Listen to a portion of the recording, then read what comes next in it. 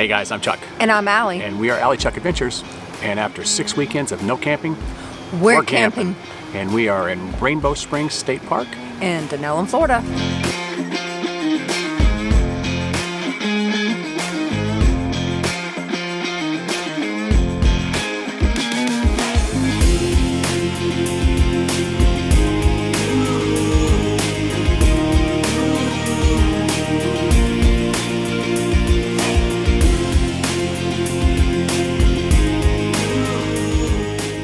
What happens when you go off in a rush? You haven't camped in 6 weeks? You forget this. You forget sewer hoses. So guess where we're at? Buying Wally World. Guess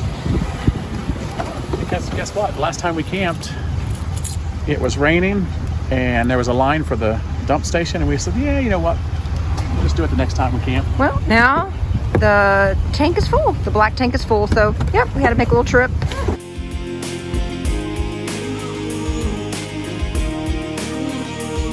So as we said, we've not camped for 6 weekends, and I think I can speak for Allie when I can say we were both having camping withdrawals. Yes, definitely. And it felt good to hook up the RV and hit the road and be back in the RV.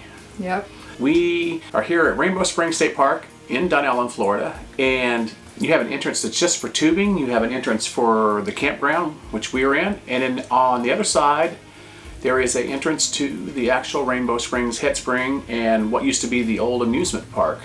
We got here late Friday evening and didn't really get to do much except for grill out some hamburgers, and that was about it. But played a little card game. So when I was checking in at the camp office, the lady there that was working behind the counter was telling us that we need to be there before 10:30 because once it gets to capacity, they close off the entrance. Yep. So we were a little worried. Saturday morning we slept in a little bit and we didn't get over there until about 11:30, and we figured we wouldn't get in. But we were lucky enough that it wasn't at capacity yet. Right. But while we were there and we were leaving, they had closed it off. So we were there just in time. Yeah. So that's something to keep in mind. I don't even think that had anything to do with like COVID or anything. I think it was just the parking lot was full. Right. Mm-hmm. So we actually didn't go to the head springs while we were over there. That's what a lot of people do, and they go there. It's where the swimming area is for the head springs. What we did, we decided to hike the trails because we knew we were going to be going back to the head springs later on, you know, right. paddleboarding. So we hiked the trails, and this used to be an old amusement park back in the day. Back in the 30s. Yeah, it was before Disney World and before, you know, Interstate 75. It was like one of the main attractions to come here, and they had, from what I understand, like boats, special boats that were made where you could sit down underneath the surface of the water. Check out all the fish and the turtles and everything. And so they have these beautiful trails that are like brick and pavement trails that meander through the park and kind of up and down and around, and beautiful plants, just gorgeous. They have several waterfalls. There were a couple that were dried up, but the waterfalls were so peaceful. Yeah, really the only waterfalls here in Florida that we know of, at least, you know, this far south, and they're not natural. They were man-made from when they quarried out. I think it was limestone that they were quarrying out, and they created these artificial waterfalls. One of them was like 60 feet tall. That one was not working. It was dried up. The rock formation for the falls came from the river. Those restricted areas, venomous snakes. Oh yeah.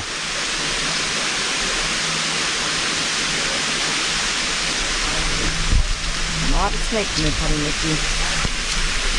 But I guess the waterfalls that we did see are from the springs, and it's fed from the springs. It's not natural, but it's still gorgeous, and you still get to hear the beautiful sound of the waterfalls. And we actually really enjoyed that. It was actually quite beautiful walking through there and hearing some waterfalls in Florida. Yep. And then we decided to kind of go off some of the paths off the side, and you can see where they had cages still there, some of the ruins from long ago, where they had the different animals that were in there. But it's really neat looking at these old ruins, and it was the cages weren't as large, and it wasn't as many cages as I expected. Maybe that's all that's left. Maybe they had more back in the day. I'm not sure. So this is one of the cages here for the zoo complex that was once here so long ago. Pretty interesting to know that there were animals here at one time. Yeah, they used to keep bobcats, foxes, goats, deer, raccoons. This is all part of the zoo complex here. See, this is the kind of history we like. As we were talking about in Destin, we didn't see any history like this. We just love finding stuff like this. Oh, look, there's a door here. They put something in here too. Yep. See? Oh yeah. I wonder what it was. Something that obviously couldn't jump out. And I'm so glad that, like, the Florida State Parks have bought places like this and preserved them, so you can at least still see some of the ruins here. Yeah. And then we walked on down a little farther, and you can see the ruins of some old rodeo horse stables. There were horses here from 68 to 74. Yeah, I guess they did a rodeo show here. Yep. This is where they stabled them. It's kind of weird. They have this fence up right here with a lock on it, so you can't, like, go in. You can just go around. But, I mean, if you want to go in there, it's just a short little trip around here.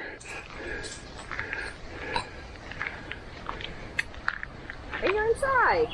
I'm locked in. I can't get out. And we ended up just walking down a little farther, and I think the trail went more in kind of a loop and around the woods. Yeah, they had like sandy paths, and you could tell it was more off the main pathway. Yeah. But we ended up coming back, and there was an actual concession stand where they had a gift shop, and the gift shop was closed. I wanted to get something, a souvenir, but we ended up getting a drink and just kind of relaxing before we went back to the RV. And then we went back to the RV and grilled some hamburgers again. And I have a new trick for grilling hamburgers, by the way. I found this out on YouTube, and maybe I'm just late to the game on this. Probably.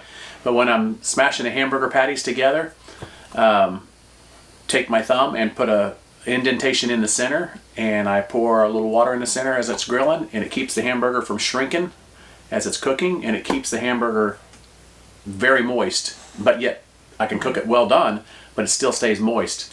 Anyways, they were the best hamburgers. Yeah, Definitely absolutely. good. And if you have never heard of this little trick, maybe you want to try it. So using the air up mattress that I was talking about in our last week's video worked out great. I was able to pump up the paddle boards the majority of the way, and then I just, as I pumped the one up, I took the little adapter that I bought for the air compressor, started the air compressor on that one, started letting it pump up while I was filling the other. So if you've never been to Rainbow Springs here, they have access to a kayak and canoe launch. Right by the office where you check in, there's like a little pathway down the side, the road continues on. Yep. And there's a parking area there that you have to park at, unload your vessel at that point, and then you do have to walk a ways to get all the way down to the actual launch. Yeah, they have a gate there, and we were told the last time we were here that if you wanted to go on through and unload down there, you could, but you have to stay out of the way of the shuttles and the tubing part of it, everything. So we just parked where she said, and we have our little wheel thing, and we just wheeled it down, and it wasn't that hard, especially with these paddle boards. They're not that heavy. Yeah. And we ended up getting in the river. Hey. I need to get way back here and get my Allie's standing up for the first time, and she's going to hit you and fall.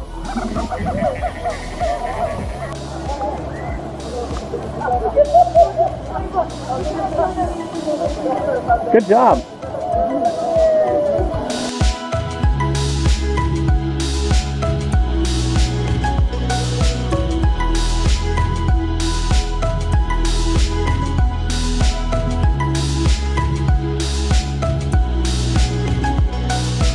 And we ended up spending quite a bit of time 3 on hours, didn't we? 3 to 4 hours on the river. And I stood up. She stood up, no issues at all. No, I had no problem. I didn't fall. I would have to say, though, I enjoy sitting more than standing. I don't know. I think for me, it's easier to paddle when I'm sitting. Mm-hmm.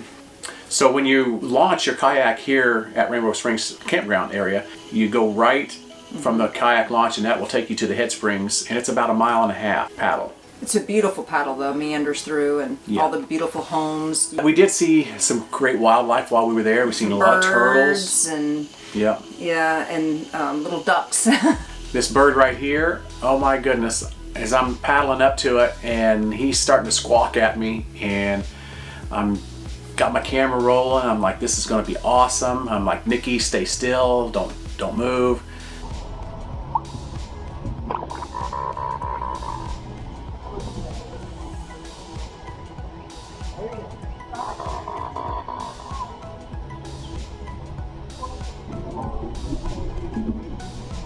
And as I get really close, he starts squawking even more and he takes off.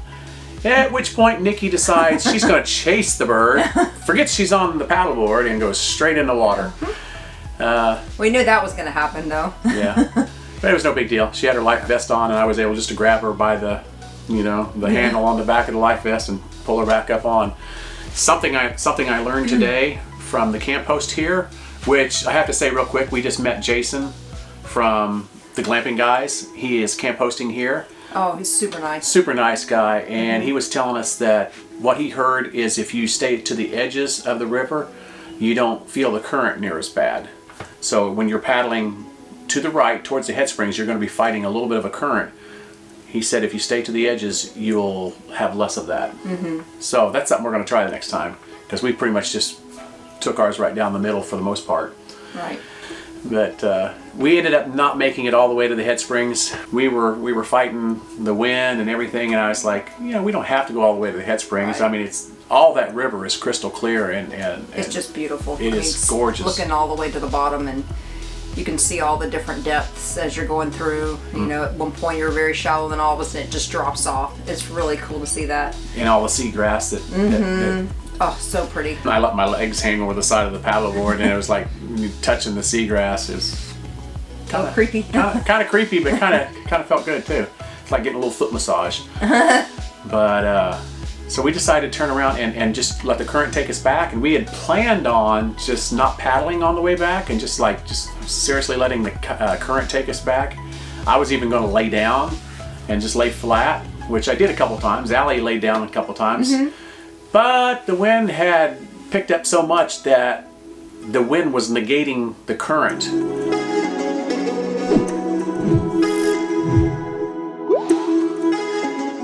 Decided we were going to try this restaurant down by the river. I think it was called Swampy's. Swampy's on the river. Allie went up and get us a seat, and the hostess said, "What, like an hour wait?" Yeah, and we were like, "We can't wait an hour."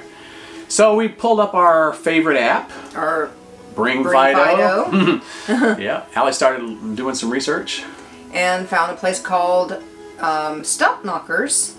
Cool name. Yeah, that was also on the river. But it was on a different river. It was with the Lakuchi River. Right. And we decided to go there, and we were able to get a spot right away. It was a cute little two-seat table right right next where the river was, or the grassy area. I felt like you were in someone's backyard, basically. There was a gator right next to us too. It was crazy. One of the cool things that we experienced while sitting there is so awesome. There was an owl that he must have been sitting right next to us because didn't even know it. There's like a little wall there, like a couple little rocks, and he was sitting right there. Didn't even know it. I got up to go see the alligator, and he took off flying. I was like, "Oh, Allie!" I was like, "Allie, there's an owl." It's one of my favorite animals. Is an owl. We will have to say, if you are in the area, we would definitely recommend STUMPKNOCKERS. It's a kind of a off the beaten path, somewhat. It kind of feels like it's a locals kind of thing. And I'm telling you, we got 2 appetizers. We got huge thing of chicken wings and fried mushrooms. When they brought those out, I was like, "These are appetizers." I couldn't imagine if we had bought entrees. Right. And cheap. It was very reasonable. So the wings were great. The fried mushrooms were really good. But we had a great weekend here. It was really cool meeting Jason. Unfortunately, Tod wasn't around. He was working. What do you say he was? He's a pianist. He was working in Orlando? Yes. Yeah. But it was cool. We showed him our trailer and everything. So if you've never heard of the Glamping Guys, we'll leave a link down below if you want to check them out. Really good guys. And I tell you what, it just felt good to be back camping again. Yes, it did.